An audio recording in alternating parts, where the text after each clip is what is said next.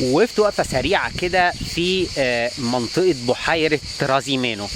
للي ما يعرفش ايه بحيره ترازيمينو ديت، انا كنت اتكلمت على كل البحيرات اللي موجوده في ايطاليا وعملت عنها فيديو، لو انت ما اتفرجتش عليه اتفرج عليه فوق اهو احطه لك. تمام. دي واحده من البحيرات اللي موجوده في وسط ايطاليا، موجوده في منطقه وفي اقليم اسمه ريجيوني اومبريا، اللي هو العاصمه بتاعته بيروجا. استنى كده ثانيتين هتلاقيني وصلت هناك، هاخد لك لفه فيها لانها بلد جميله جدا، وهكلمك عنها شويه لان هي فعلا بلد تستحق اللي هي تتزار لو انت في منطقه وسط ايطاليا. اوكي. البحيره ديت الميزه فيها ان هي لما بتتشاف من طياره او لما تتشاف من درون بتجيب لك شكل القلب، يعني البحيره نفسها شكل القلب، وفيها كم جزيره صغيره في النص، لانها بصراحه جميله جدا. هحط لكم صوره ليها، انا معيش هنا درون عشان افرجك عليها من فوق، بس هحط لك صوره ليها عشان تتفرج وتتخيل. فممكن تقف فيها كده 5 دقايق يا دوبك تريح نفسك وتريح العربيه اللي معاك وتاكل سندوتش حلو وتكمل. يلا بينا بقى نروح بيروجا وافرجكم على البلد الجميله دي كمان. يلا بينا. دلوقتي بقى وصلت لبيروجا.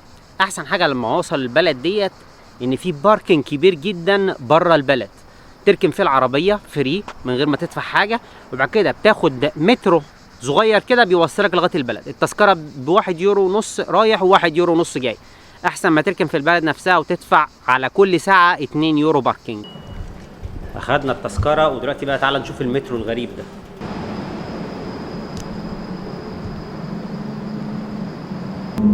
ركبنا. ايه ده؟ حجمه صغير جدا يعني يا دوبك انا راكب فيها انا وواحد كمان. بيوصلك السيتي سنتر في 10 دقايق بالظبط تكون وصلت هناك.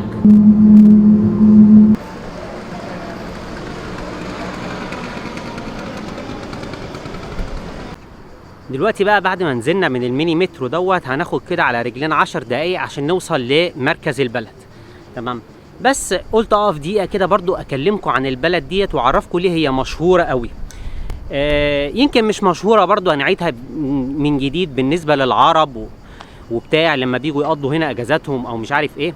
بس البلد ديت مشهوره في ايطاليا عشان الجامعه بتاعتها تعتبر من اهم الجامعات في ايطاليا بالنسبه للاجانب، يعني الاجانب اللي بيجوا يدرسوا في ايطاليا بيجوا يدرسوا في الجامعه بتاعه بيروجا لانها مشهوره جدا، وخصوصا مشهوره جدا كمان بالتخرج من تعليم اللغه الايطاليه، يعني يطلعوا مدرسين ايطالي. فاهم قصدي؟ عشان كده هي مشهوره جدا وبيجوا لها من كل حته في العالم مش في ايطاليا بس. دي اول حاجه. وتاني حاجه لانها تعتبر من اقدم الجامعات اللي موجوده في العالم، الجامعه بتاعه بيروجا. والحاجه التانيه الجميله برضو اللي مشهوره بيها البلد ديت بيسموها بلد الشوكولاته. تمام. بيسموها مدينه الشوكولاته. يمكن في مدن برضو في ايطاليا تانيه بيسموها مدن الشوكولاته مثلا زي تورينو، لكن بيروجا مشهوره بمدينه الشوكولاته عشان مصنع او شركه كبيره جدا فاتحه فيها.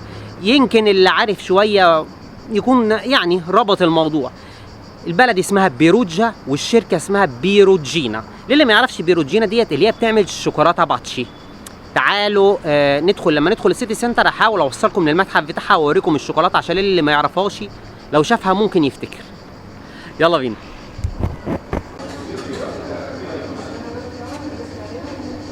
حاجه تانية برضو من الحاجات اللي مشهوره بيها البلد ديت للي بيحب الموسيقى، اللي هم مشهورين اللي هم اول بلد في اوروبا بحالها عملوا فيستيفال للجاز، لموسيقى الجاز. المغنيين المشهورين جدا في اوروبا بحالها للجاز وكمان في عالميين بيجوا بيروجا هنا مره في السنه في الاحتفاليه ديت عشان يغنوا فيها. الجمال في البلد ديت برضو ان هم بيسموها الكوري فيردي دي ايطاليا. ايه الكوري فيردي دي ايطاليا ديت؟ يعني اكتر منطقه فيها خضار جوه البلد في ايطاليا بحالها، كلها اخضر، كلها اخضر في اخضر، مع العلم ان هي ملهاش اي تنفس على البحر او ملهاش اي تنفس مثلا في بحيرات معينه جواها غير البحيره اللي موجوده بعيد جدا عن بيروجا اللي انا وريتها لكم الاول. تمام. فهم برضو بيسموها الكوري فيردي دي ايطاليا. البلد زي ما انت شايفها كده كلها موجوده ورا اهيت اكنها موجوده على هضبه، بس حواليها كله اخضر في اخضر. حاجه من الحاجات المتعبه جدا برضو ان البلد ديت كلها سلالم، يعني اللي ما فيهوش حل يمشي ما يجيش البلد دي، او يجي يقعد في السيتي سنتر ويا دوبك ما يتحركش، لكن لو عايز يتمشى في البلد هيطلع عينه لان هي كلها سلالم، بس هي سلالم مريحه يعني زي ما انتم شايفين كده. يلا بياشا حلو عشان الواحد يخس 2 3 كيلو. زي العاده للاجانب والطلاينه في اي مكان فيه فيو او اي مكان فيه ميه يقوموا حاطين قفل زي القفله ديت، تمام، وبيسموها اسبريمي الديزيداريو. ايه اسبريمي الديزيداريو ديت؟ طول اللي انت نفسك فيه في دماغك يتحقق.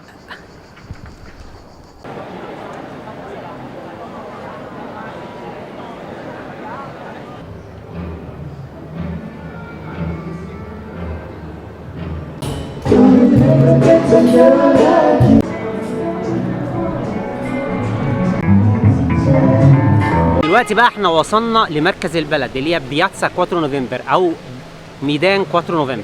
الميدان دوت فيه الفونتانا كمان اللي هي النافوره اللي ورايا ديت، برضو النافوره دي مشهوره جدا هنا.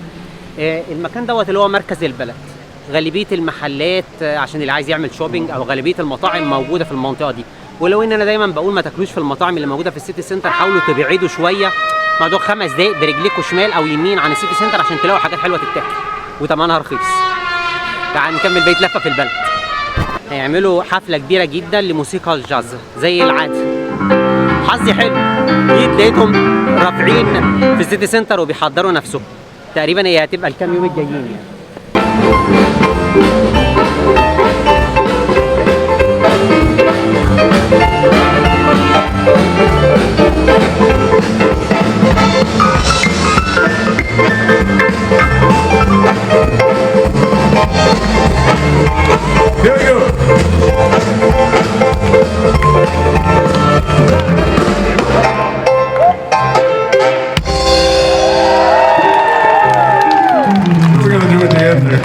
Thank you very much. This is just a test.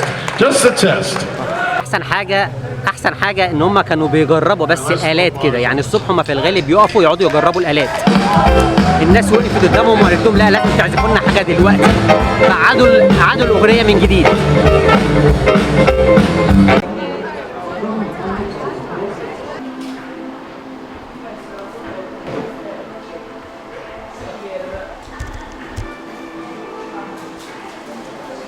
دي بقى الشوكولاته اللي انا بقول لكم عليها، بيروجينا باتشي اللي انتوا شفتوها من 100 دقيقه دي. هي ديت اللي شهرت البلد ديت كتير جدا واعتبرتها من مدينه الشوكولاته في ايطاليا. المكان اللي ورايا ده برضو من اشهر الاماكن اللي معروفه بالحلويات في ايطاليا واقدمها. المحل اللي ورايا ده في بيروجيا. تعالى ندخل ناخد فيه لفه كده.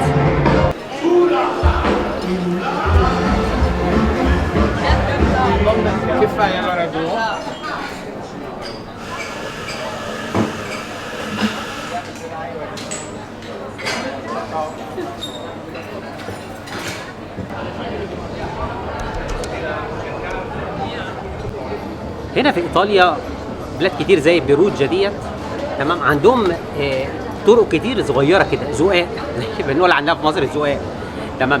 هنا الناس بتحب تيجي تقعد في الاماكن اللي زي ديت، كاراتيرستيك قوي، فاهم قصدي؟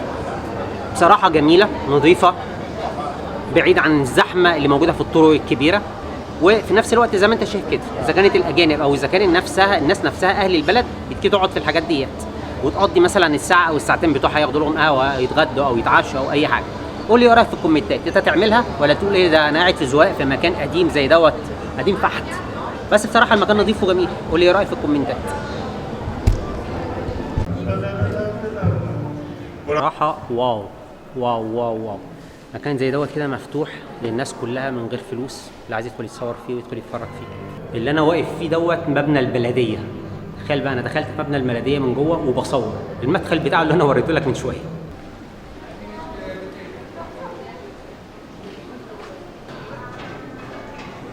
بيروجيا دي بقى يا سيدي بتبعد عن روما حوالي 2.5 ساعة، ومن فلورنس حوالي 2 ساعة، ومن سيينا حوالي 1 ساعة.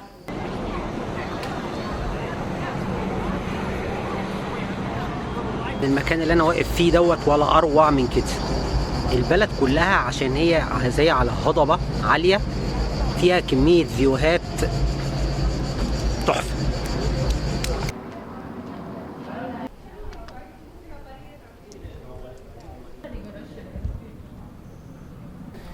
دلوقتي بقى وصلت المكان يعتبر هو العلامة الأولى لمدينة بيروجيا اللي أنا واقف فيها ديت، وبصراحة هي علامة غريبة يعني. عشان أعرفك اللي هما من كل حاجة لازم تخترع حاجة، فاهم؟ المكان اللي انا واقف عليه دوت اسمه سكاليناتا ديلاكويدوتو. ايه يا ايمن سكاليناتا ديلاكويدوتو ده؟ سكاليناتا ديلاكويدوتو دي يا سيدي عباره عن سلالم، كميه سلالم رهيبه. زي ما انا قلت لكم في الاول، بلد السلالم 380 سلمه تقريبا. الطول بتاعها بتاع السلالم ديت حوالي الجزء اللي ظاهر منها بس حوالي 13 كيلو. ايه يا ايمن العبط اللي انت بتقوله ده؟ 13 كيلو؟ هو يا دوبك المسافه الصغيره اللي احنا شايفينها دولت حوالي مثلا 700 متر ولا حاجه عاملينهم سلالم. لكن من بعد السلالم ال 700 متر دولت لقدام كان المكان ده كله اللي احنا شايفينه دوت عباره عن منزل ومطلع. كان مكان هم اخترعوه ايام زمان لانه كان بيجيب الميه اللي محتاجاها البلد من بره البلد، تمام، بين مكان طبيعي بيطلع منه الميه من تحت الارض اللي هي الميه الجوفيه عشان تدخل للبلد نفسها. فكان الموضوع ده كله عباره عن زي سلم خشبي كده بيطلع الميه لغايه فوق لغايه البلد، تمام، عشان الاحتياج بتاع البلد. الكلام ده طبعا من العصور الوسطى لغايه ما هم خلاص بقى ما بقوش محتاجون الموضوع دوت. طبعا مع التكنولوجيا وكل حاجه بقت الميه بيطلعوها دايركت من البلد نفسها. فالمكان دوت عملوا فيه ايه؟ قاموا جايين عاملينه سلالم وبقى علامه تاريخيه للمدينه بحالها، مش للمنطقه بس. اوقات كتير قوي بيجوا ناس كتير في السياحه عشان يصوروا بس المنطقه دي، فاهم قصدي؟